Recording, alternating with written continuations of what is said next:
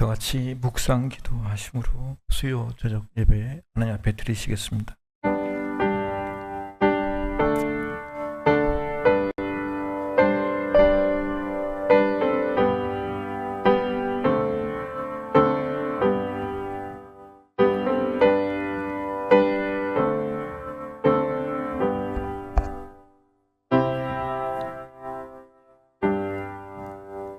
주의 모든 계명들이 의로움으로 내 혀가 주의 말씀을 노래하리이다. 내가 주의 법도들을 택하였사오니 주의 손이 항상 나의 도움이 되게 하소서. 여호와여, 내가 주의 구원을 사모하였사오며 주의 율법을 즐거워하나이다. 내 영혼을 살게 하소서. 그리하시면 주를 찬송하리이다. 주의 규례들이 나를 돕게 하소서. 이른 양같이 내가 방황하오나 주의 종을 찾으소서. 내가 주의 계명들을 잊지 아니함이니이다. 아멘. 지금도 살아계시고 하나님 앞에 겸손히 나와 은혜를 구하고 도우심과 복주심과 또한 생명과 거룩과 진리에 속한 복되고 거룩한 것들을 사모하는 자들에게 한량없는 하나님의 은혜와 자비로서 그들의 우리의 영혼을 만족해 하시며 하나님께서 기뻐하시고 원하시는 모든 뜻을 나타내 주시고 깨닫게 해주시는 하나님 아버지께 오늘도 영광과 찬송을 올려드립니다. 오늘도 우리의 뜻이 아니라, 우리의 길이 아니라, 우리의 소원이, 우리의 원함이 아니라 하나님의 뜻이, 하나님의 길이, 하나님의 소원하심이 우리의 소원이 되고 우리의 길이 되고 우리의 뜻이 되어 하나님 앞에 순종하여 거룩한 제사장 된 사명과 복의 통로와 또 하나님의 복들로서 살아낼 수 있는 힘을 얻는 오늘 이 자리가 되게 하여 주옵소서. 예비하신 은혜로서 예비하신 힘으로 오늘도 우리를 공급해 주시고 우리를 먹여 주시고 또 우리를 힘있게 하여 주실 줄 믿고 감사하며 예수님 거룩하신 이름으로 기도합니다. 아멘. 우리의 신앙을 하나님 아버지께 고백하겠습니다. 나는 전능하신 아버지 하나님 천지의 창조주를 믿습니다. 나는 그의 유일하신 아들 우리 주 예수 그리스도를 믿습니다. 그는 성령으로 잉태되어 동정녀 마리아에게서 나오시고 본디오 빌라도에게 번원을 받아 십자가에 못 박혀 죽으시고 장사된 지 사흘 만에 죽은 자 가운데서 다시 살아나셨으며 하늘에 오르시어 전능하신 아버지 하나님 우편에 앉아 계시다가 거기로부터 살아있는 자와 죽은 자를 심판하러 오십니다. 나는 성령을 믿으며 거룩한 공교회와 성도의 교제와 죄를 용서받는 것과 몸의 부활과 영생을 믿습니다. 아멘. 찬송 360장 찬양하겠습니다.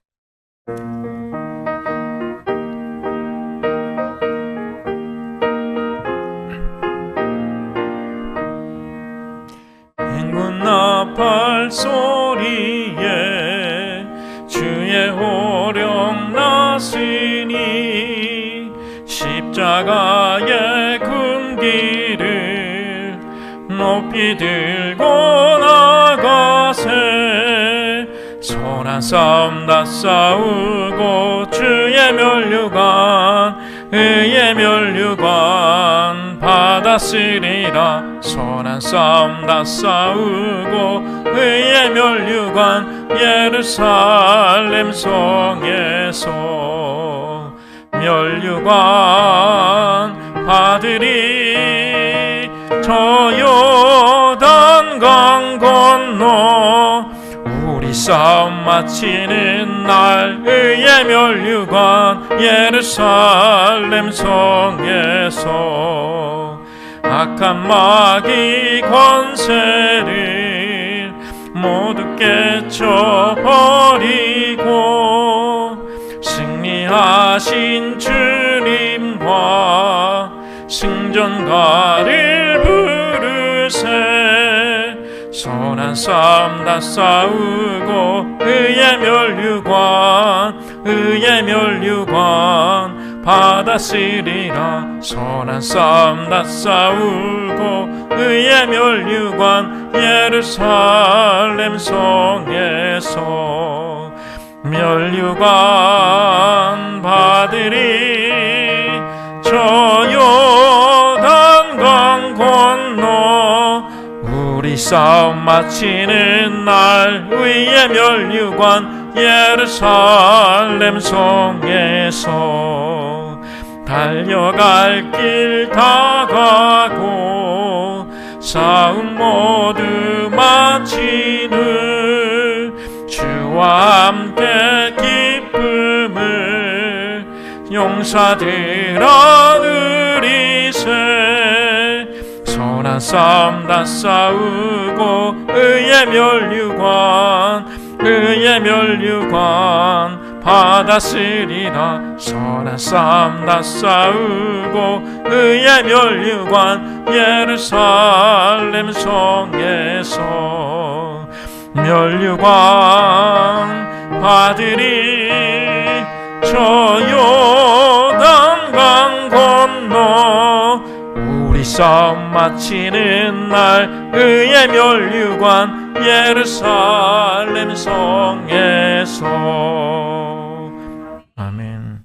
예배를 위해서 김미정 집사님 기도해 주시겠습니다.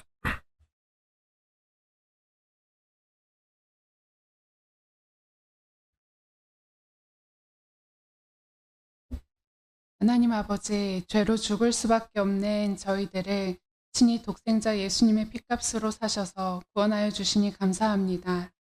하나님 아버지, 온 생명을 내어주신 그 다함없는 사랑이 우리 안에 흐르고 흘러 가정에 넘치길 원하고 이웃에 넘치길 원합니다. 그래서 가정을 살리고 이웃을 살리며 우리의 다음 세대를 살리는 사랑이 되게 하여 주시옵소서. 특별히 이번 주 토요일과 주일에 여름 성경학교를 계획하고 있습니다. 성령님께서 함께하여 주셔서 우리의 자녀들이 하나님을 더욱 깊이 알고 전심으로 주님을 영접할 수 있는 귀한 시간 되길 기도합니다. 그래서 아이들의 영이 세상에 휩쓸리지 않고 표대를 향하여 담대히 걸어갈 수 있는 주님의 거룩한 자녀들로 자라날 수 있도록 붙잡아 주시옵소서.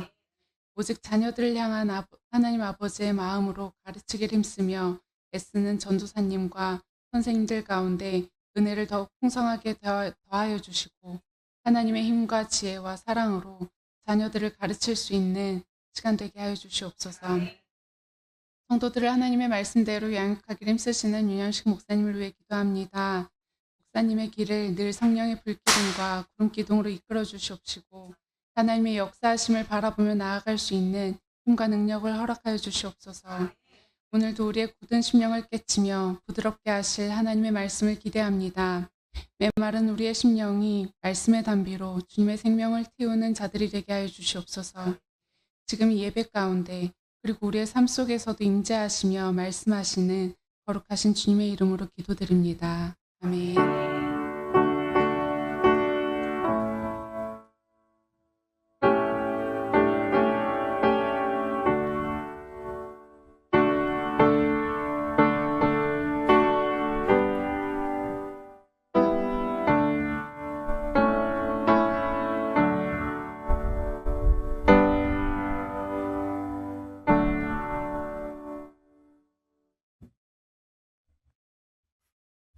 오늘 이 저녁에 함께 나눌 하나님의 말씀은 출애굽기 19장 1절에서 6절 말씀입니다.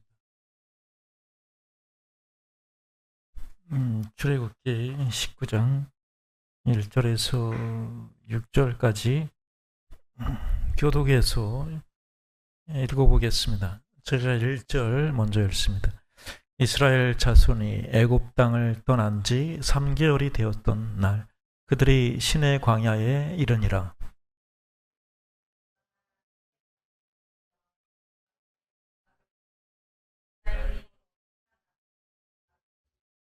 모세가 하나님 앞에 올라가니 여호와께서 산에서 그를 불러 말씀하시되 너는 이같이 야곱의 집에 말하고 이스라엘 자손들에게 말하라.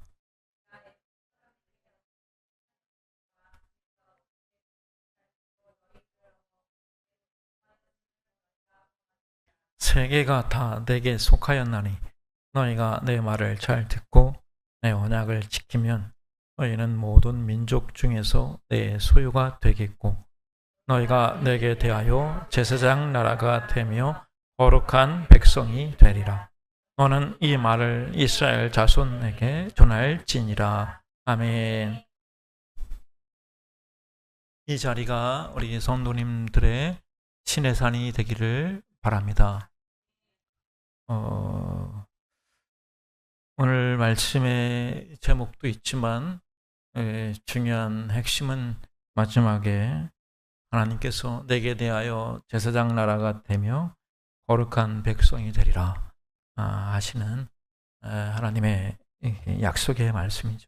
이런 복된 약속을 하나님으로부터 받을 수 있다 하는 것은 얼마나 큰 축복인지 모르죠. 두렵고 떨림으로 받으며 그 사명을 감당해야 되겠죠. 바로 저와 여러분이 그러한 부르심과 사명을 받았습니다. 오늘 본문의 이 출애굽기 19장은 출애굽기의 중심축이 되는 부분이라 할 수가 있습니다.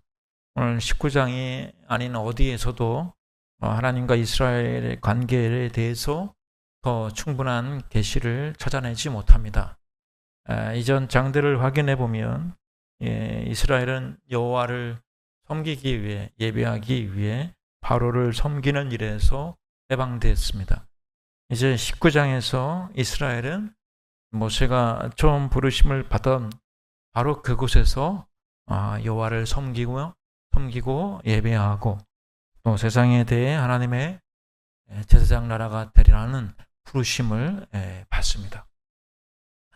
그래서 이 19장 그리고 20장에 걸쳐서 하나님께서 이스라엘 백성에게 율법을 주시는 장면이 나오는데 하나님 앞에서 지켜야 될 십계명뿐만 아니라 사회법이나 제사법 또 그 외에 많은 법들이 이어서 주어지죠.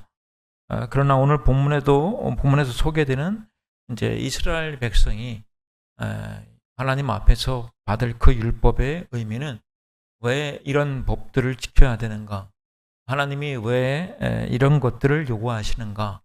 하는 것에 대해 보다 근본적인 그런 말씀을 하고 계십니다. 그렇기 때문에 19장에서 다루는 율법의 전체의 의미 그리고 그 방향을 이해하는 것을 놓친다면 우리 기독교 신앙의 신앙적인 모든 요구들을 우리는 제대로 이해하지 못하는 결과를 낳습니다. 그래서 보면은 오늘 이 장면은 상당히 감동스러운 장면이 아닐 수가 없습니다. 3절과 4절을 보면요, 모두가 하나님 앞에 올라가니 모세가 하나님 앞에 올라가니 여호와께서 산에서 그를 불러 말씀하시되 너는 이같이 야곱의 집에 말하고 이스라엘 자손에게 말하라. 내가 애굽 사람에게 어떻게 행하였음과 내가 어떻게 독수리 날개로 너희를 업어 내게로 인도하였음을 너희가 보았느니라. 율법을 구체적으로 주시기 전입니다. 시내산에서 맺어서 시내산 언약이라고 하는 이 언약은 하나님의 백성이 되는 조건으로서의 언약이나 율법은 아니죠. 이미 하나님의 백성이기 때문입니다. 이걸 지키면 내 백성이 되고 이걸 지키지 않으면 너희는 내 백성 아니다.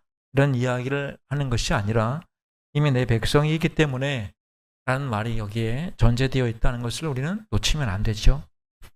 신약적인 명령들을 우리가 지킬 때 그 내용이나 기준을 지키면 하나님과의 관계가 성립이 되어서 복을 받고 그것에 실패하면 벌을 받아서 하나님과의 관계가 끊어진다라고 생각하는 신자들이 의외로 많습니다. 이건 인간이 가지는 인과응보적인 개념으로서 신앙을 이해하는 것이 우리의 본성적인 생각이기 때문에 많은 성도들도 그런 차원에서 신앙이 무엇인지 하나님의 백성으로 부름받았다는 것이 어떤 의미인지를 그 근본에서 놓치는 일이 자주 있기 때문에 분명히 우리가 해야 됩니다. 하나님 이스라엘 백성에게 율법을 요구하실 때 부르시는 호칭은 오늘 보면 너는 이같이 야곱의 집에 말하고 이스라엘 자손에게 말하라. 여기 야곱과 이스라엘은 같은 말이죠. 그러니까 야곱은 알다시피 이제 원래 이름이고 야복 나루트에서 하나님과 씨름해서 얻은 이름이 이스라엘입니다. 그래서 이스라엘이라는 나라는 야곱이라는 이름으로 부름을 받고 있는데, 이건 더 올라가면 창세기 17장에 이런 내용으로 아브라함에게 하신 복된 언약의 연속이죠. 내가 내게서 민족들이 나게 하며 왕들이 내게로부터 나오리라. 내가 내 언약을 나와 너 및 내 대대 후손 사이에 세워서 영원한 언약을 삼고 너와 내 후손의 하나님이 되리라. 이게 야곱은 아브라함의 당연히 손자죠. 근데 야곱에게 하신 약속은 그 대대 손손에게 유효하고 그 약속을 지금 지키고 계시다 하는 것이죠. 그래서 출애굽기 19장에 등장하는 이스라엘이라고 하는 백성은 그들이 하나님 앞에서 남다른 대접을 받을 만한 그런 자격을 가지고 있거나 또 능력이 있어서 이 자리에 서 있는 게 아니라 하나님이 아브라함에게 이제 하신 약속을 지키고 계신다는 뜻이죠. 이것은 처음 애굽에 있었을 때부터 그랬습니다. 모세에게 나타나셨을 때도 그것을 말씀하시잖아요. 하지만 아브라함 자손이라는 것은 사실 아브라함의 혈육으로 후손이 된 그의 가계와 가문만 선택적으로 적용되는 건 아니죠. 아브라함이 아무런 조건과 자격 없이 하나님의 은혜로 부름을 받았던 것처럼 하나님은 그분의 백성 삼는 모든 자를 대표해서 상징으로 이스라엘을 부르시는 것입니다. 그러므로 이것은 이스라엘에게 일어난 일이며 또 이스라엘에게 주신 명령이며 약속이고 복이지만 오늘 우리의 것이라는 사실 역시 우리는 잘 알아야 됩니다.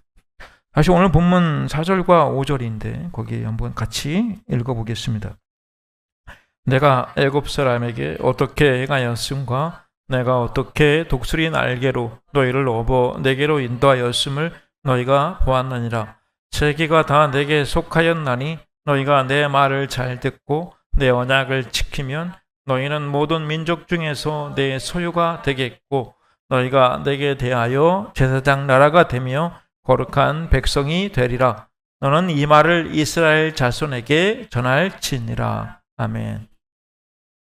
아직 구체적인 계명을 주시기 전인 말씀으로 이 계명을 지켜라.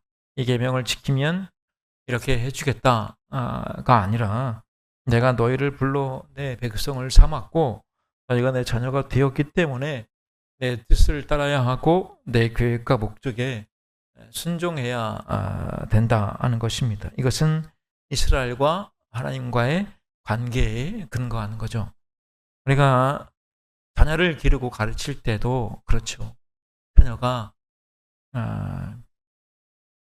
우리가 자녀를 낳으면 부모가 되고 자녀가 되는 게 아니라 그걸로만 되는 게 아니라 우리 자녀가 왜 내가 그렇게 해야 돼요? 이렇게 물으면 너는 내 자식이기 때문에 그렇다. 자식이면 다 이렇게 해야 돼요? 당연하지. 이렇게 우리가 말합니다. 우리 집에서도 자주 말합니다. 부모가 되었다는 것은 자식에 대한 책임을 지고 욕심을 가질 수 있는 것입니다. 이게 부모된 권리고 또 자녀된 복이죠. 부모가 자식에 대해 정당한 욕심을 가지지 않는 것은 자신의 책임을 져버리는 일이죠. 자식을 훌륭하게 키우고 자신보다 더 훌륭한 자로 만들겠다는 생각이 부모가 가지는 거룩한 욕심입니다. 자녀들은 이걸 이해하고 그걸 순종해야 마땅하죠. 그래서 교회의 직분에도 자녀들이 순종하는 부분을 잘 가르쳐서 순종하게 하는 부분을 중요한 자격으로도 요구하죠. 이 내용이 앞에 있는 이유는 출애굽기 뒤에 이어지는 20장에 대표적으로 10계명만 등장하지만 그 뒤에 이제 많은 법들을 주실 겁니다. 그 법들을 주시는 것은 그냥 그 법들 계명 그 작구를 해석하고 또 요구한 그 명령의 내용에 제한되는 게 아닙니다. 그 명령들은 너희와 나 사이의 관계 때문에 주어지는 명령으로서 너희 하나님이고 너희에게 복을 주고 너희를 구원한 아버지이기 때문에 하는 명령인 것을 알아야 한다. 이런 뜻으로 앞에 이렇게 주어진 것입니다. 그러므로 장차 어느 때 어느 경우라도 내가 하는 명령을 너희가 지켜야 된다. 라는 것을 전제로 해서 구체적인 제 계명이 주어지는 거죠. 무조건 구체적인 계명을 문자적으로 철저히 지키는 것이 율법을 지키는 최선의 방법도 아니고 어떤 내용만을 절대적으로 고집하는 것이 또 신자된 확인도 아닙니다. 그것보다 중요한 것은 이 명령들을 지키라고 하신 하나님이 누구시고 무엇을 목표로 그렇게 명령하시는가 하는 것을 깨닫는 데 참다운 율법과 신앙을 지키는 행함의 길이 거기 있습니다. 그래서 조금 복잡한 얘기긴 하지만 예를 들면 이웃에게 거짓 증거를 하면 안 되죠. 그래서 거짓말이라고 하는 게 사실이 아닌 걸 말하는 것이 되죠. 하지만 다 거짓말이라고는 하지 않습니다. 그러니까 우리는 라합이 거짓말하고 구원을 받은 것을 알고 있고 출애굽기를 시작하는 처음 모세의 그때 산파들이 거짓말을 하고 하나님 앞에 칭찬받은 것을 잘 압니다. 그래서 거짓말이란 사실 어느 편에 서 있느냐에 의해서 달라지죠. 하나님 편에 있지 않거나 하나님 없이 무엇을 생각하거나 말하고 행하는 것은 사실 거짓에 속한 것입니다. 그러나 하나님 편에 서서 하나님의 뜻과 부합되게 하는 거짓말들은 거짓이 아니라 진실이 되는 겁니다. 그러니 거짓이나 진실의 의미가 훨씬 커지죠. 또 예를 들면 다윗이 제사장 외에는 먹지 못하는 진설병을 먹었죠. 그것도 아히멜렉 제사장에게 왕이 내게 아무에게도 알리지 말게 하면서 일을 맡긴 일이 있는데 그 일을 하는 중인데 먹을 떡이 없습니다. 거짓말이죠. 거짓말 쫓기고 있는데 그렇게 해서 다른 떡이 없으니까 거룩한 떡 진설병을 먹었습니다. 다윗은 하나님 편에 서 있었단 말이죠. 이게 무슨 싸움으로 확대됩니까?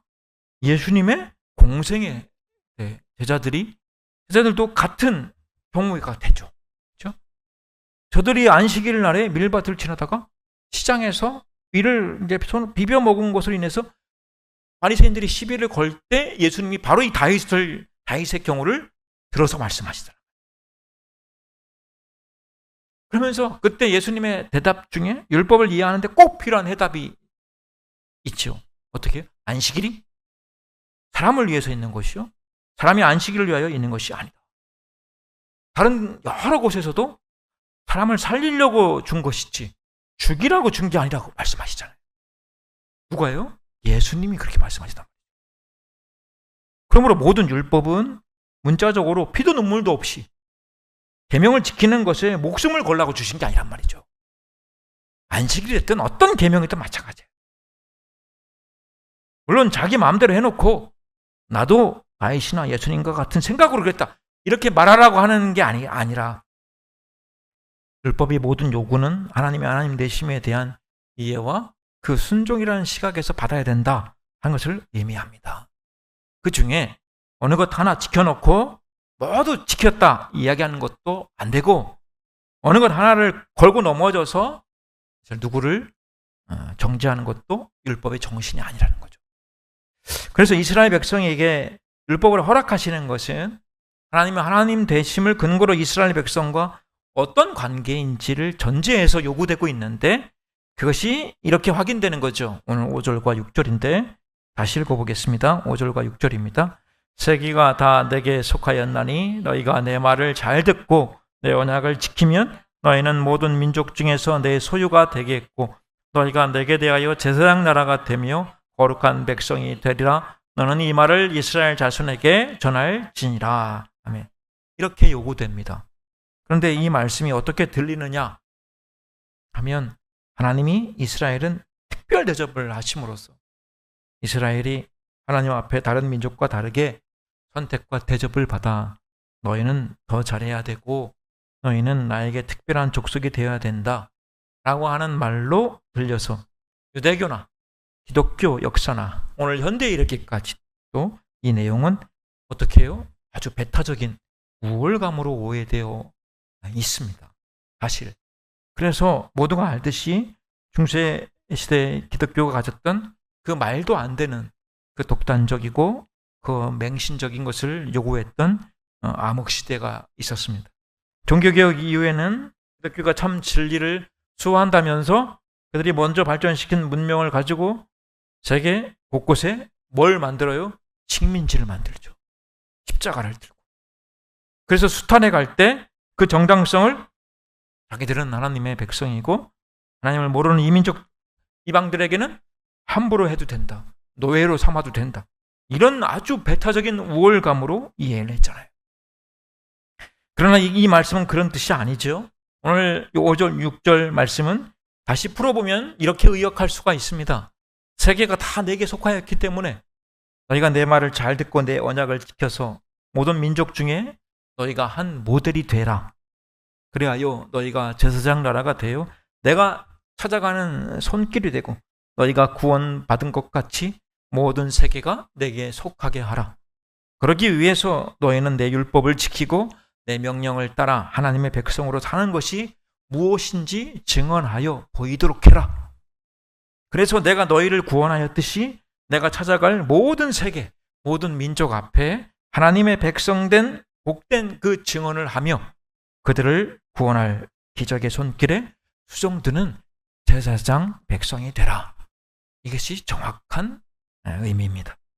이스라엘 백성의 특별함은 하나님이 이스라엘을 구원하신 그 구원으로 찾아갈 모든 세계와 모든 민족을 위해 하나님의 구원의 손길로서 섬기는 제사장 나라인 것입니다. 우월적이고 특혜를 받은 자들로서 권력과 힘을 가진 나라로서의 제사장이 아니란 말이죠.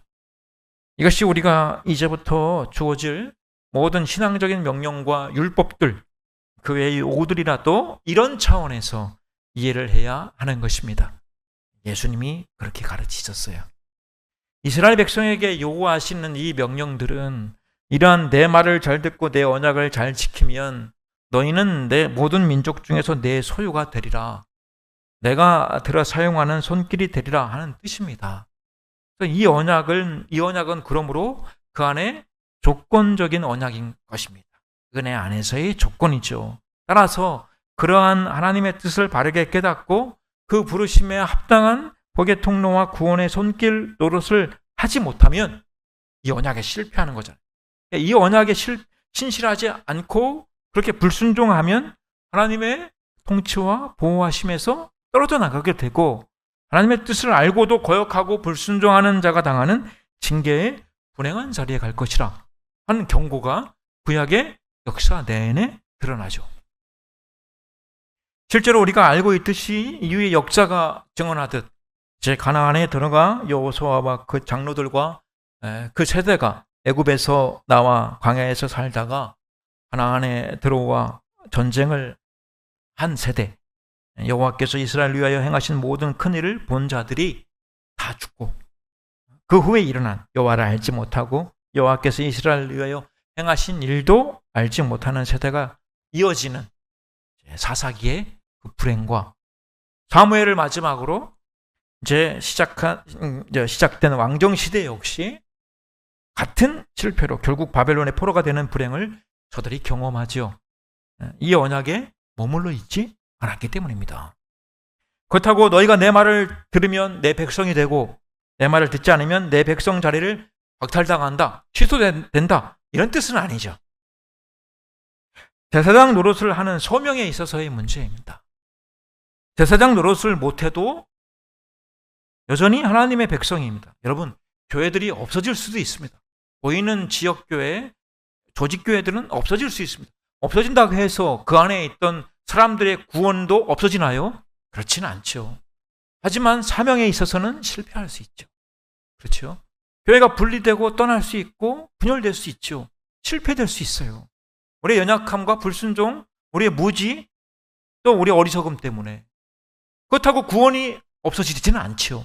그러나 부끄러운 백성이 되죠. 사명을 감당하지 못한. 신분이 없어지는 건 아니죠. 그러나 사명에는 실패합니다. 우리는 어떨까요? 하지만 이 실패는 그때나 오늘이나 참 두려운 겁니다. 그렇지 않습니까? 그럼 왜 그런 불행을 겪어야 할까요? 그들의 실패에도 그들은 복이 되지 않기 때문이죠. 하나님의 백성은 하나님께 순종해서 하나님으로부터만 존재와 삶의 의의와 복과 평강과 모든 필요가 있음을 알게 하고 하나님을 떠나면 가지처럼 버려져 마르고 부서져 파멸될 수밖에 없다는 것을 가르치기 위해서입니다. 그냥 단순히 상벌을 주는 그런 개념으로 신앙이나 하나님의 계명들을 이해하지 말라는 것이 또한 이 언약에서도 중요합니다. 그러므로 이 내용들은 우리가 하나님의 백성이 된다는 것이 뭘 의미하느냐 하는 것에 초점을 두고 있는 거죠.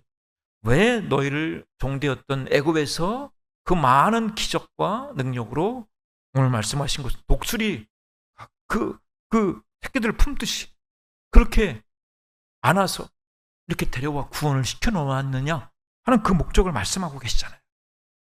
그렇죠? 거기에 초점이 있죠. 하나님이 나에게 하나님 되신 것을 깨닫게 하시는 것을 그 내용으로 세상 앞에 내가 서 있어야 된다는 것을 우리에게 가르치고 있는 것입니다. 저 가나안 적과 꿀이 흐르는 땅에 가서 잘 먹고 잘 살아라. 다른 민족들은 다 멸하고 다 죽여버리고 너희들만 사는 나라를 만들어라. 그렇게 주신 게 아니죠. 우리는 이걸 신약에서는 이렇게 가르침을 받습니다. 너희는 세상의 빛이라. 너희 빛이 사람 앞에 비치게 하여 그들로 너희 착한 행실을 보고 하늘에 계신 너희 아버지께 영광을 돌리게 하라. 사람이 등불을 켜서 말 아래 두지 아니하고 등경 위에 두나니 이러므로 집안 모든 사람에게 비치느니라. 너희는 세상의 소금이니 소금이 만일 그 맛을 잃으면 무엇으로 짜게 하리요? 후에는 아무 쓸데없어 다만 밖에 버려져 사람들에게 밟힐 뿐이니라. 이게 오늘 출애굽기 내용과 본질적으로 다 같은 얘기입니다. 이것은 우리 신자에 된 자로서 불신자들 앞에 우리가 가진 신앙을 증언하고 내가 신앙인이라는 것을 저들 앞에 선언하고 그 구별을 확인할 때 창조주 하나님, 구원의 하나님, 심판과 부활의 하나님을 믿고 사는 자라는 것을 이해한 삶으로 우리의 삶과 존재를 구별해야 된다라는 것을 의미합니다. 하나님 우리를 복되게 만드셨고 하나님의 형상대로 만드셨으며 우리 잘못에도 불구하고 죄인을 찾아오시는 그 사랑과 능력으로 우리를 구원하여 창세전에 그리스도 안에서 바라던 그 영광의 찬송이 되게 하려 하시는 것, 그것이 창조와 구원의 궁극적인 목적입니다.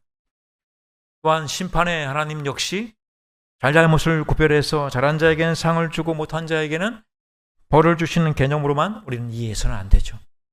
인간이 죄악을 범하고 죄를 따라 하나님으로부터 도망가고 죄가 세상에 들어와서 창조 질서를 부패시켰지만 하나님이 이 일을 그대로 방치하지 아니하시고 그 시작하신 것을 이루셔서 결국 하나님의 목적하신 것이 무엇인가를 보이시고 우리에게 그 자리에 서게 하시겠다는 것이 구약의 이스라엘의 역사로 그리고 신약에 와서 예수 그리스도의 십자가로서 증거하여 보이신 심판의 하나님이라는 것입니다. 그러므로 하나님의 일하심과 목적을 아는 자로서 우리는 세상 앞에 빛과 소금입니다. 세상은 이런 목적을 가지지도 못하고 이런 가치를 창출하지도 못하기 때문이죠. 거기서 세상과 우리가 구별되죠. 생명을 가진 자, 소망을 가진 자, 하나님의 영광에 찬송이 되는 하나님의 형상을 따라 지음받은 자로서의 다름으로 인간의 참다운 영광이 드러나는 존재가 되어야 되는 것입니다. 이것이 세상의 빛이고 소금입니다. 우리는 이 일을 나는 예수 믿어서 하나님 사람 됐고 너는 예수 믿지 않고 죄를 지어서 하나님 반대하고 산다. 이런 것으로 또는 그러니 나는 구원받았고 너는 구원받지 않았다. 하는 이런 정죄와 심판적인 차원에서의 배타성을 갖고 있을 수 있습니다. 충분히 그렇죠. 기독교 역사에서 오랜 기간을 실제로 그렇게 했고 지금도 많은 신자들이 구원받은 자의 그 우월감이 구원을 아직 받지 못한 자에 대해서 그런 태도로 나타나죠. 대표적인 예로 지금은 코로나 이후로 좀 덜해졌지만 전도하는 것도 보면 대단히 무리한 방법으로 합니다. 엄청난 자부심 때문에 경험과 상식을 벗어나 무례를 범하죠. 그러나 그것은 하나님의 창조 목적을 이해하고 죄인된 자리에서 본래 창조의 목적으로 회복된 자의 격을 스스로 망가뜨리는 것입니다. 죄악된 세상이 가지는 최소한의 예의만도 못하고 분별도 없습니다. 무엇 때문인가요? 나는 예수 믿었고 너는 믿지 않았다. 이 이유 하나 때문에 가지는 우월감과 상식과 예의를 파괴해도 좋다는 것으로 가는 그런 율법이나 신앙에 그것은 정신이 아닌 것입니다. 그래서 하나님의 백성이 가져야 하는 하나님의 백성으로서의 책임은 율법을 지킴으로 상받고 스스로 잘했다는 것을 확인하는 것이 아니라 율법이 주어져 하나님 앞에서 가지게 된 제사장 나라된 영광스러운 지혜와 그 회복된 자리를 감당해야 되는 내용인 것이죠. 그 제사장 직분을 감당하라고 율법이 주어진 거죠. 하나님이 하시려는 구원과 회복, 그 완성의 손길에 쓰임을 받고 있다는 것을 이해해서 이 율법이 그런 하나님 앞에 구원함을 얻어서 하나님께서 이루시려고 하는 창조와 구원의 복된 방법과 내용이라는 차원에서 시편 기자가 고백하는 거죠. 하나님의 율법을 사모하며 사람 앞에서 우리의 다름을 증언해야 하는 것입니다. 우리의 다름은 그런 것이어야 된다. 대표적인 실패는 당연히 서기관과 바리새인들이었죠. 오늘 이 이야기를 계속 우리가 반복해야 되는 이유를 우리 잘 알아야 됩니다. 계속 우리가 이걸 반복해야 됩니다. 우리는 믿는 자로서의 우리의 진짜된 확인이나 증언을 세상 사람들 앞에 구별화해야 된다는 거죠. 나는 예수를 믿고 너는 예수를 믿지 않는데 뭐가 다르냐? 뭐가 다르냐 할 때 세상 사람들 앞에 나의 다름으로 예수를 믿게 해야겠다. 이런 동기부여를 하려면 저 사람들 마음에 어떤 도전을 주어야 될 것 아니겠습니까? 그러나 기독교의 가장 큰 위협과 유혹은 세상적인 가치로 동기를 부여하려고 하는 데 있습니다. 난 예수 믿었더니 잘 되더라. 병 나았다. 난 예수 믿었더니 가난과 실패에서 벗어났다. 난 예수 믿었더니 우리 아이들이 공부 잘하더라. 이렇게 하는 것은 증언 중에 하나가 될 수 있죠. 하나가 될 수 있죠. 하지만 그건 신자가 가지는 자기 확인이나 동기부여 중에는 가장 낮은 단계입니다. 가장 어리석은 수준의 가장 기초적인 아주 원색적인 방법이란 말이죠. 근데 그게 어떻게 돼요? 가장 큰 도구가 방법이 되어서 나와 있단 말이에요. 우리가 아는 주변에 존경받는 사람은 돈이 많고 똑똑하고 학벌이 좋거나 권세가 있어서 존경받지 않습니다. 사람이라는 것은 그렇게 항복하는 존재가 아닙니다. 사람은 종합적인 인격에 의해서 항복을 하고 고개를 숙이는 법이죠. 신자가 된다는 것은 하나님의 사람으로 회복돼서 하나님께서 목표하시고 목적하고 시고 채우시고 완성하시려고 하는 내용으로 구별화되어야 되는가 하는 거죠. 그 구별은 세상이 추구하는 어떤 덕과 가치보다 우월한 것입니다. 세상이 가지는 윤리와 도덕은 최소한의 것이요. 최소한. 그건 자기의입니다. 그렇죠? 자기의예요. 나는 너와 다르다는 자기 자부심이고 자기의입니다. 그러나 우리는 그렇지 않아야 된다. 우리는 자기의가 아니라 하나님께서 우리를 통해서 일하시되 그분의 아들을 십자가에 못 박아 죽이시는 방법으로 일하신다는 하나님의 방법에 동의하는 그 동참하는 그 의를 우리가 실현해야 됩니다. 그래서 우리는 타인을 위해서 기꺼이 희생하죠. 기다리고 용서하고 하나님이 이루실 것을 기도합니다. 우리는 충고하거나 논쟁해서 상대방을 항복시킬 수 있다고 믿지 않습니다. 예수님도 수많은 기적을 베푸시고 그 모든 이적을 행하셨는데 그걸로 사람들을 바꾸셨나요?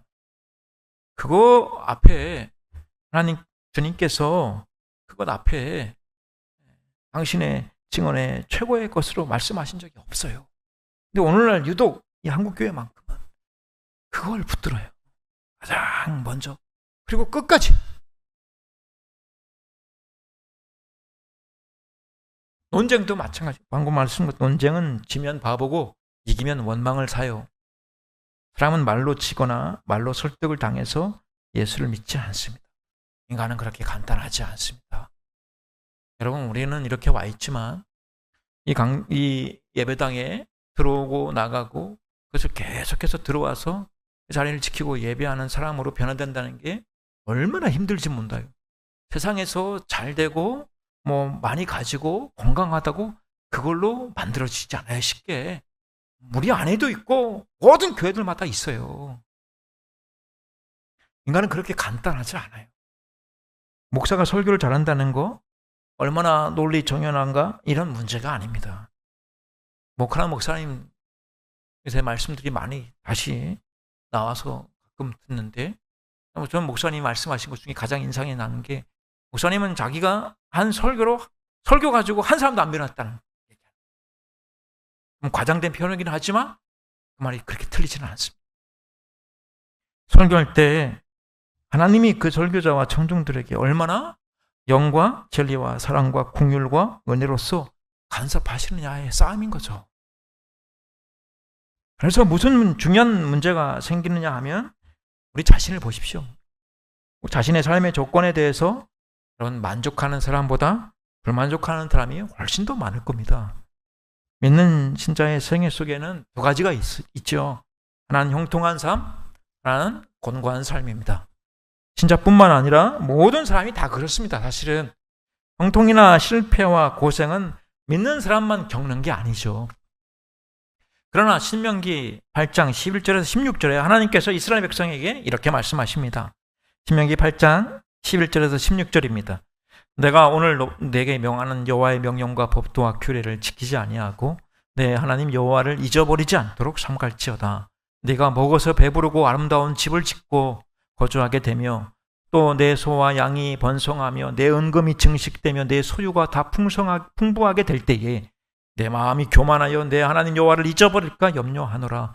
여호와는 너를 애굽 땅 종되었던 집에서 이끌어내시고 너를 인도하여 그 광대하고 위험한 광야 곧 불뱀과 전갈이 있고 물이 없는 건조한 땅을 지나게 하셨으며 또 너를 위하여 단단한 반석에서 물을 내셨으며 내 조상들도 알지 못하던 만나를 광야에서 내게 먹이셨나니 이는 다 너를 낮추시며 너를 시험하사 마침내 내게 복을 주려 하심이었느니라. 이것은 하나님을 믿는 신자, 하나님의 백성을 대상으로 하는 이야기죠. 하나님의 백성을 대상으로 해서 내가 형통하거든, 너에게 가나안 땅을 주어서 형통하게 되거든, 네가 잘해서 하나님 앞에 복을 받을 것을 모두 받았다고 생각하지 말라는 거죠. 신앙의 보상은 세상의 형통함으로 오는 것이 아니라 제사장 노릇을 하고 있느냐에 달려있는 것입니다. 형통한가 곤고한가 그 자체는 결코 신앙의 싸움이 아닙니다. 잘 기억하세요. 형통하면 형통한 대로 제사장 노릇을 하고 있는지, 곤고하면 곤고한 대로 그 상황에서 신학적인 표현으로 풍부에 처할 때나 비천에 궁핍에 처할 때나 내게 능력 주시는 자 안에서 모든 것을 할 수 있는 복음의 제사장 노릇을 하고 있는가? 바로 성경은 언제나 신자의 형통을 따지고 있다는 것을 기억하시기 바랍니다. 내가 지금 어떤 형편에 처해 있든지 하나님의 하나님 되심이 나를 통해 증언되고 있는지, 하나님이 나를 통해 일하고 계시다는 것을 아는 차원에서 형통을 이해하는가?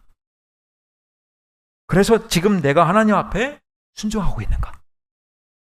로 말하고 있다는 것을 잊으면 안 된단 말이에요. 나는 부자가 되어야 된다. 또는 부자는 죄인이야. 부자는 천국에 들어갈 수 없어.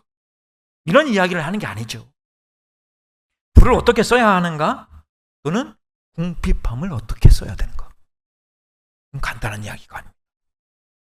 지난 주일에 이걸 미묘한, 영어로는 델리키트한, 즉 민감한, 아주 섬세한 이야기라는 표현으로 말씀을 드렸어요. 근본적이고 본질적인 문제입니다. 구해도 하나님의 종노릇을 하는 거죠. 지금은 가난하고 곤고해도 하나님의 종노릇을 해야 되는 거죠. 문제는 뭐냐면 우리는 제대로 된 신앙을 가지면 세상적으로 뭘 받는다고 생각을 하고, 제대로 된 신앙생활을 하지 못하니 삶이 형통하지 못한 것 아닌가, 이런 생각을 한다는 사실이에요. 그건 마귀와 세상이 주는 속임인 겁니다. 마귀가 주는 거예요. 속으면 안 된단 말이에요. 신앙은 결코 그런 싸움이 아니란 말이에요. 제대로 된 신앙은 보상을 받느냐 벌을 받느냐의 문제가 아니라 하나님의 자녀 노릇을 하는 것이 그 자체가 영광이고 특권이고 책임이고 명예라는 이야기인 것입니다. 이보다 더 이상의 보상은 따로 없다는 것을 이제는 알 때가 됐단 말이에요. 만일 형통한 것이 보상이라고 하면 가난하고 곤고하고 궁핍한 건 뭡니까? 그건 요새 새 친구들이 하는 말처럼 뭡니까? 그 벌이가, 그 징계가 돼가지고 모든 사람들의 신앙의 동기가 형통으로만 확인되는 그런 식으로 자신의 신앙을 확인하면 기독교는, 우리 교회는 없어집니다. 그것은 사람들이 가지는 기복신앙이요, 자문해지며 우상입니다. 성경은 그런 식으로 이야기하지 않습니다. 네가 형통하면 형통한 것 때문에 하나님의 제사장 노릇을 하는 것에 도움을 받느냐, 손해를 받느냐, 이걸 늘 걱정을 하고 가르치는 거죠. 반대로 곤고한 인생도 마찬가지인 거예요. 앞에 읽은 신명기 말씀에 이는 다 너를 낮추시며 너를 시험하사 마침내 내게 복을 주려 하심이었느니라. 그 잘못 읽으면 아무리 어려운 길을 지나도 기적으로 보호하셨다, 이런 것으로만 보인단 말이에요. 그렇지 않다는 이야기가 아니죠.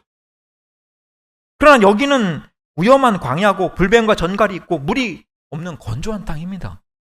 고단한 인생을 사는 것입니다. 이 고단한 인생을 사는데 물론 기적이 있죠. 그러나 이 기적은 우리가 기대하는 식의 기적이 아니란 말이에요. 우리가 기대하는 건 뭐죠? 더 이상 걱정 안 하는 거. 돈 걱정 더 이상 안 하고, 아픈 거 걱정 더 안 하고, 자식 걱정 안 하고, 교회 걱정 더 하지 않는 거. 그거 없게 해주는 거잖아요. 그런데 여기서의 기적은 그런 의미로 주어진 게 아니란 말입니다. 이 광야의 곤고함을 계속해서 하게 해주는 최소한의 기적인 거예요. 정말 명심해야 됩니다. 심하게 말하면 죽지 않을 만큼 해주시는 그런 간섭인 거예요. 만나를 먹는 것도 기적이잖아요. 그러나 이 만나는 곡식처럼 창고에 쌓아두지 못하게 되어 있었지요. 다시 말해서 부로서, 소유로서 가질 수가 없어요. 하루치밖에 오지 않습니다. 하루 거둬 하루 먹고 사는 시기입니다. 내일 먹을 것을 오늘 확보하고 있지 않아요. 반면에 우리가 기대하는 안식은 어디에서 오나요? 할 수만 있으면 평생 먹고 살 만큼 벌어서 확보해 놓고 창고에든 금고에든 은행에든 확보해서 저장해 놓았을 때라야 우리 안심되지 않겠습니까? 성경에도 부자가 곡간을 헐고 더 크게 짓고 모든 곡식과 물건을 거기 쌓아두리라 하면서 여러 해 쓸 물건을 많이 쌓아뒀으니 평안히 쉬고 먹고 마시고 즐거워하자고 자기 영혼에게 말하고 있지 않습니까? 우리 역시 그런 안식, 평안을 기대하면서 바라지 않습니까? 그러나 광야의 인생은 그렇지 못한 인생입니다. 하루하루 하나님의 인도하심으로 연명되어 있고 오늘은 살았지만 내일은 어떨 것인지 매일 걱정해야 되는 삶을 사는 거죠. 우리는 이것을 짙을 곤자에 괴로울 고자를 써서 곤고한 인생이라고 합니다. 마실 물도 우물 하나 주시고 그냥 시내 하나 주시면 얼마나 좋겠어요. 하긴 반석에서 주셨다고 하니까 멋있어 보이죠? 시내산 지하 200m 아래에서의 안반에서 끌어올린 프리미엄 시내산 안반수, 이런 게 아니죠. 반석에서 주셨다는 것은 하나님이 필요할 때만 주셨다는 것입니다. 우리는 아무 때나 가가지고 물을 길어올 수 없는 곳에서 주셨단 말이죠. 우리의 인생이 이런 곤고한 인생을 삽니다. 그러면 이 곤고함 속에서 아무것도 할 수 없는가? 그거죠. 이런 곤고함 속에서는 아무것도 할 수 없는가? 아니라는 거죠. 우리는 곤고한 인생을 어떻게 이해합니까? 나라는 존재를 어떻게 이해하고 어떻게 하나님께 바치는가로 곤고함 속에서 얼마든지 하나님의 제사장 노릇을 할 수 있다는 것이 성경이 언제나 하고 싶은 이야기입니다. 어느 시대에나 그랬던 것 같이 지금 우리가 사는 이 시대에도 형통하고 가진 것 많으면 더 많이 하나님의 일을 할 수 있다고 말하는 자들이 넘쳐납니다. 사도 바울을 가장 공격하고 가장 괴롭게 한 자들이 바로 그런 자들이었고 그런 교회가 고린도 교회였습니다. 그러나 사도가 늘 말하고 있는 것처럼 그것은 성경이 말할 수많은 것이 아니란 말이죠. 가졌기 때문에 세상의 가치로 기독교를 증명할 수 없습니다. 예수를 믿었더니 부자가 됐다. 예수를 믿었더니 병이 나았다는 것은 물론 예수를 믿어 받은 은혜를 확인하는 방법 중에 하나인 것은 분명하지만 앞에서 말했던 것과 같이 그것은 가장 낮고 원색적인 차원인 겁니다. 우리 교회나 성도님들은 다 성숙한 교회 성도님들 되시기를 간절히 바랍니다. 그래서 우리 교회를 형통보다는 고난으로 광야로 우리를 이끌어 주시기를 바랍니다. 결국 하나님의 종노릇을 한다는 것은 우리를 죄와 사망에서 구원하여 하나님의 뜻을 따라 지음을 받은 새 사람, 의와 진리의 거룩함으로 지으심을 받은 새 사람의 구별로 제사장 노릇을 해야만 하는 것입니다. 이 일은 우리가 형통할 때에도 하나님의 사람으로 순종하며 절제하며 오직 하나님의 뜻을 따라 나의 형통을 바쳐야 되는 것 같이 나의 곤고함과 어려움에도 오직 하나님을 인해서 거기서 자족하고 그 궁핍과 곤고, 고민과 갈등을 감사함으로 감수하는 것으로 우리 자신을 드림으로 하나님의 종노릇을 할 수가 있습니다. 이것이 이스라엘 백성에게 하신 이는 다 너를 낮추시며 너를 시험하사 마침내 내게 복을 주려 하심이었느니라 하시는 하나님께서 저들에게 주시려는 복인 것입니다. 그래야만 하나님의 제사장 나라와 그 백성으로 빚어줄 수 있기 때문에 그렇죠. 그렇지 않으면 하나님의 말씀을 잘 듣고 언약을 지키지 못합니다. 이것을 벗어나 오직 내 소원을 이루기 위해 하나님의 능력만을 동원하는 것은 우상을 섬기는 것이고 하나님을 속이는 거짓된 신앙입니다. 이 문제를 제대로 이해하셔서 아무도 우리의 인생과 우리 자신이라고 하는 존재에 대해 불만할 것이 없다는 사실을 깨우치시고 우리에게 일어나는 매일매일의 삶에 하찮고 가볍고 보잘것없어 보이는 삶의 정황이 참으로 하나님의 귀한 일터이고 하나님의 임재이고 하나님께서 베푸시는 기적의 자리이고 우리 자신이 그 복된 하나님의 손길이라는 것을 확인하시는 성도님들 되시기를 바랍니다. 그래서 매일매일 이 믿음의 경주를 잘 쌓아내셔서 하나님의 일하시는 기적을 맛보시는 우리의 복된 인생이기를 간절히 바랍니다. 기도하겠습니다. 하나님 아버지, 오늘 말씀처럼 내게 대하여 제사장 나라가 되며 거룩한 백성이 되리라 이스라엘 백성에게 주신 이 언약의 말씀처럼 하나님의 백성 되고 자녀된 저희들에게도 왕같은 제사장이요 소유된 백성 삼으셔서 복음의 제사장들로 삼아주심을 믿고 감사드립니다. 우리가 어디에서나 또 누구에게나 세상의 빛이요 소금된 이 직분을 잘 감당할 수 있는 저희들 되게 하여 주시옵소서. 하나님께서 우리에게 주신 진정한 형통은 하나님의 제사장의 그 직분을 감당할 수 있는 그 일이 그것이 우리의 진정한 형통임을 깨닫고 하나님 앞에 언제나 형통한 자녀들 되게 하여 주옵소서. 예수님의 이름으로 기도합니다. 아멘. 312장 찬양하겠습니다.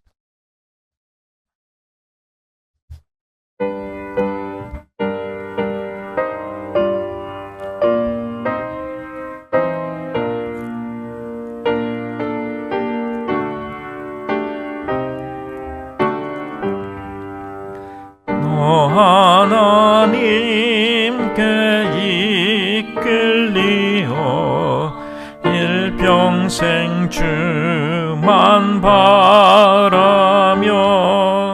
너 어려울 때 힘 주시고 언제나 지켜주시리. 주 크신 사랑 믿는 자 그 반석 위에 서리라. 너 설레는 맘 가다듬고 희망 중 기다리면서 그네로신 주의 뜻과 예 만족하여라. 우리를 불러주신 주 마음에 소원하신다. 주 찬양하고 기도하며 내 몸부림 힘써 다하라. 주 약속하신 모든 은혜 내게서 이루어지리라. 참되고 의지하는 자 주께서 기억하시리.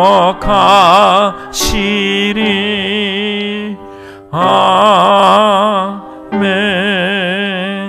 주님께서 여러분을 기억해 주십니다.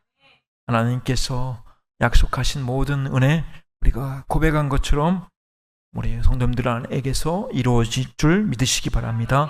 하나님만 의지하고 오늘 주신 말씀과 같이 우리에게 맡겨주신 귀한 직분, 귀한 사명을 감당하심으로 하나님 앞에 형통한 자들 되시고 하나님의 모든 약속이 이루어지는 귀한 복의 통로 되시기를 바랍니다.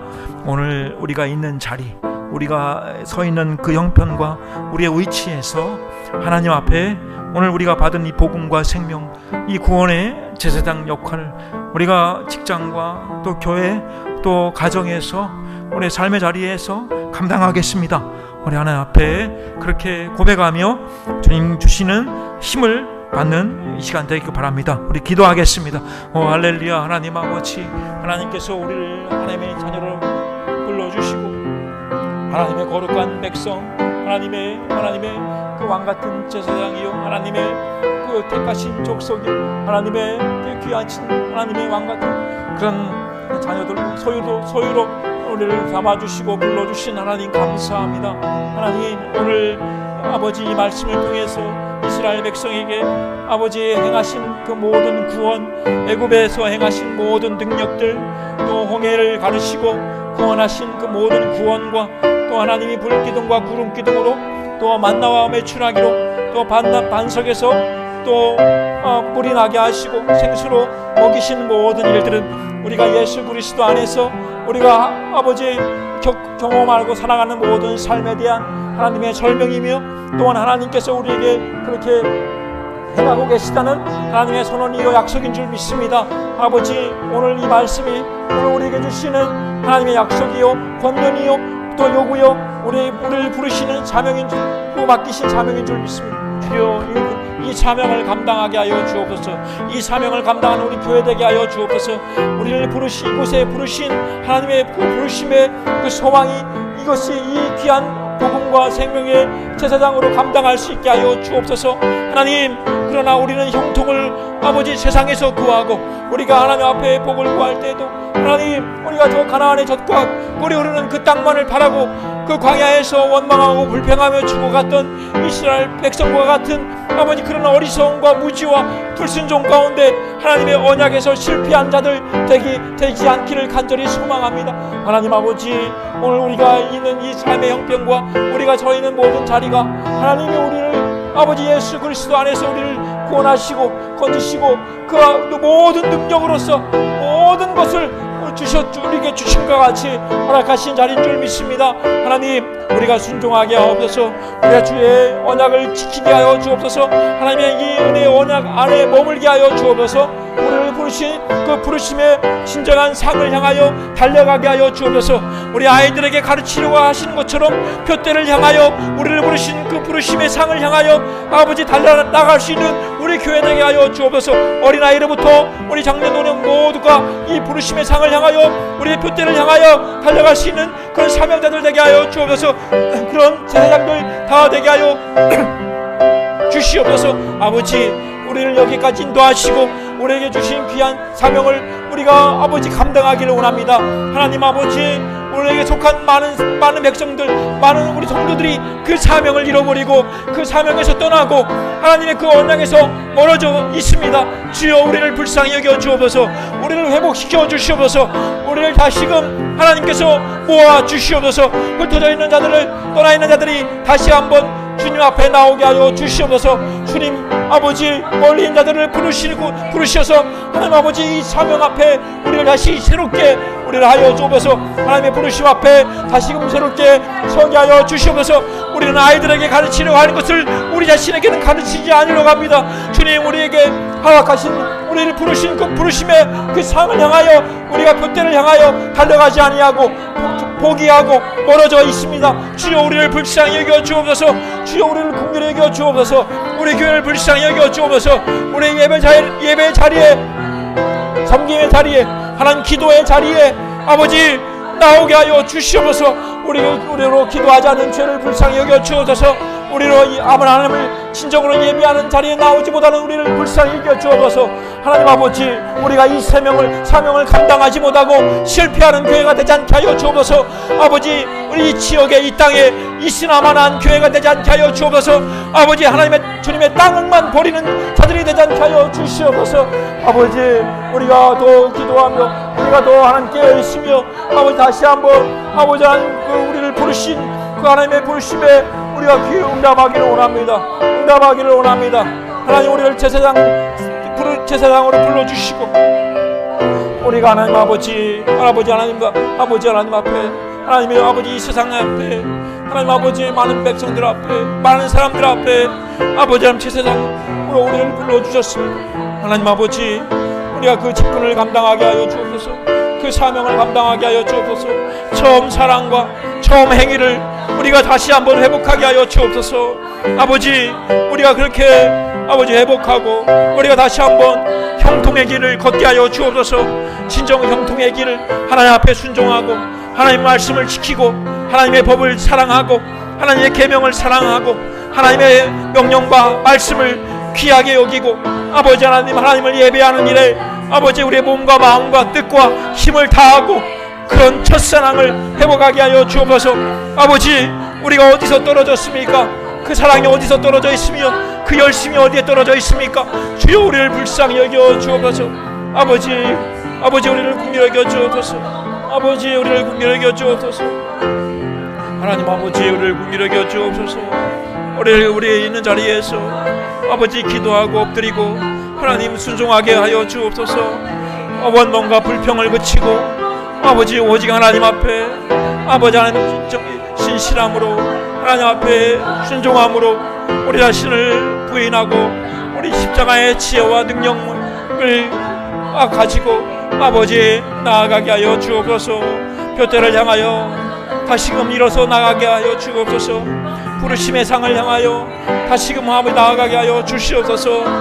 아버지, 우리를 다시금 일으켜 주시옵소서. 우리가 지치고 아버지 하나님 곤고하고 아버지 하나님 넘어지고 자빠지고 아버지 하나님 실족하고 떨어져 있는 우리의 믿음을 회복시켜 주옵소서. 우리의 믿음을 회복시켜 주옵소서. 우리의 사명을 회복시켜 주옵소서. 우리의 사명으로 다시 한번 빛을 발하고 일어나라 하시는 우리의 하나님의 말씀들처럼 우리가 일어나 빛을 발하게 하여 주옵소서. 에스겔 골짜기에 마른 뼈들과 같이 아버지 하나님 아버지 죽어있는 자들 되지 않게 하여 주옵소서. 하나님 아버지, 우리가 하나님 귀한 우리 하나님 나라의 사명을 아버지 이 세대 가운데서, 이 악한 세대 가운데서 우리가 허락하여 주셨습니다.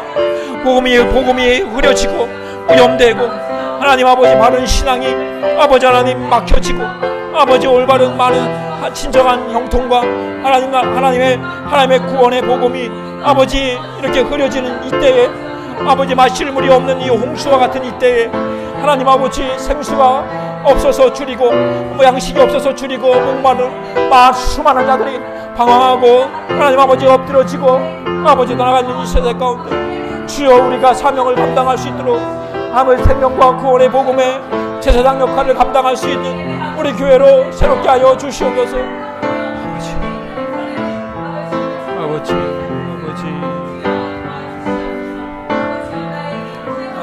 도와주옵소서. 하나님 아버지 하나님께서 우리를 하나님 열려나갑니다. 하나님 아버지 열려나갑니다. 저리 열려나갑니다. 저를 도와주옵소서. 주여 도와주옵소서. 우리를 도와주옵소서. 오늘 하나님 우리 무엇을 원하시는지 뭘 원하는지 알고 깨닫게 하여 주옵소서. 하나님 아버지 도와주옵소서. 하나님 아버지 도와주옵소서. 하나님 아버지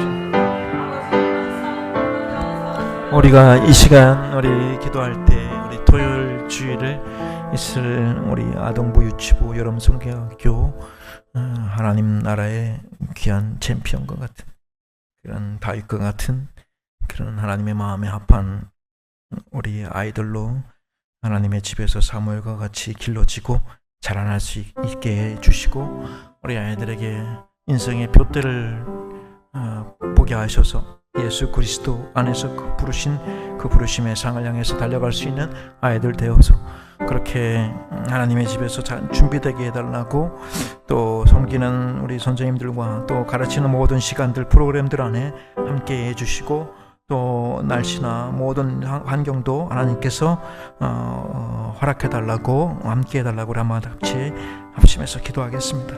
할렐루야. 하나님 아버지 우리 교회 우리 귀한 자녀들 허락해 주시고 우리 아이들이 하나님 나라의 귀한 세대들로 아버지 그렇게 대대 아버지 영원토록 하나님께서 우리에게 복을 주시려고 기업을 삼게 하신 우리의 귀한 자녀들에게 하나님을 경외하는 도를 하나님을 섬기는 도를 우리가 가르치고 우리가 어려서부터 하나님 여호와를 경외하게 하시고 하나님을 그렇게 하나님 온전히 섬기는 아이들로 아버지 하나님을 그렇게 아버지 하나님 가르칠 수 있는 그렇게 전할 수 있는 아버지 귀한 우리 아버지 여러분 성리학교 가운데 하나님 친히 함께하여 주시고 우리 주님 만나 주시고 말씀으로 찾아와 주시고 찬송 가운데 또 모든 아버지 시간 가운데 하나님 우리 주님의 사랑과 또 우리 주님에 대한 믿음의 고백 새로워질 수 있는 그런 하나님 나라의 잔치가 되게 하시고 그런 모든 시간 될 수 있도록 주님께서 허락하여 주시옵소서. 주님 허락하여 주시옵소서. 우리의 많은 주변의 아이들도 아버지 하나님 찾아와서 함께 이 아버지 여러분 성경교를 갈 수 있도록 하나님 아버지 은혜를 베풀어 주시옵소서. 우리가 알게 모르게 아버지 하나님께서 또 주변에 살고 있는 아이들도 많이 나오게 하여 주시고 또 우리 교회 안에 있는 모든 아이들 하나에도 빠짐없이 나올 수 있도록 건강히 또 모든 환경도 주님께서 지켜주시고 함께하여 주시옵소서. 우리 유치부 아이들 우리 아동부 아이들 모두가 다 이 시간 이 성령학교를 통해서 하나님 나라의 잔치를 맛보게 하시고 하나님의 음성을 듣게 하시고 하나님의 치유하심과 하나님의 약속과 또 하나님의 그 복주심을 충만하게 아버지 모든 아이들이 받아 누릴 수 있는 귀한 아버지 성경학교 되게 하시고 하나님 이를 위해 섬기는 우리 선생님들 모든 일들 가운데 함께하여 주셔서 기쁨으로 하게 하시고 감사함으로 하게 하시고 성령 충만함으로 아버지 감당할 수 있게 하시고 말씀과 기도에 아버지 우리가 충만하게 준비되어서 이를 잘 감당할 수 있는 아버지 우리 교회 잔치가 또 우리 하나님 나라의 천국의 잔치가 되게 하시고 우리의 잔치가 열려질 때에 하나님 이 땅에 이 동네의 잔치가 되게 하시고 하나님 나라의 잔치가 될 수 있도록 은혜 베풀어 주옵소서. 은혜 베풀어 주옵소서. 우리가 은혜 위하여 주옵소서.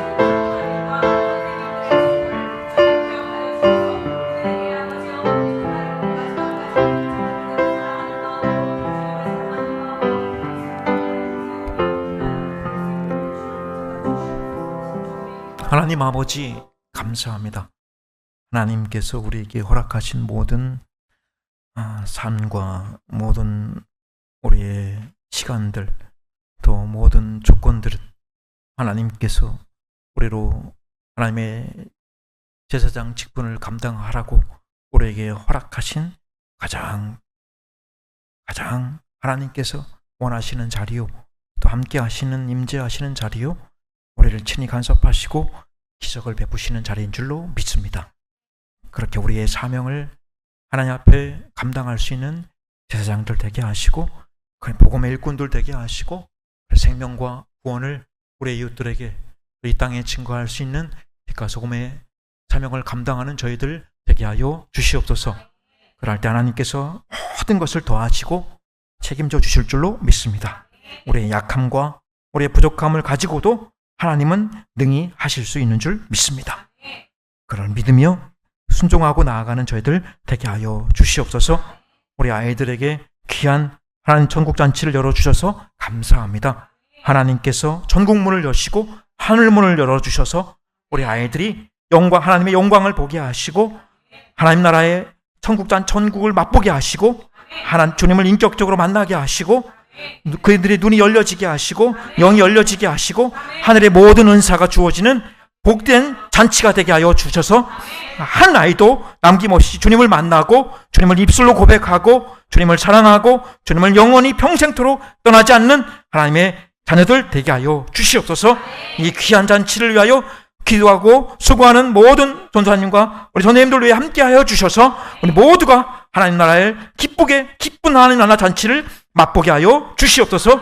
우리만의 잔치가 되지 않게 하시고 이 땅의 잔치가 되게 하시고 전국문이 열려지는 자리가 되게 하시고 주변에 믿지 않는 아이들이 하나님 저 문을 통해서 들어오는 놀라운 기적을 베풀어 주시옵소서.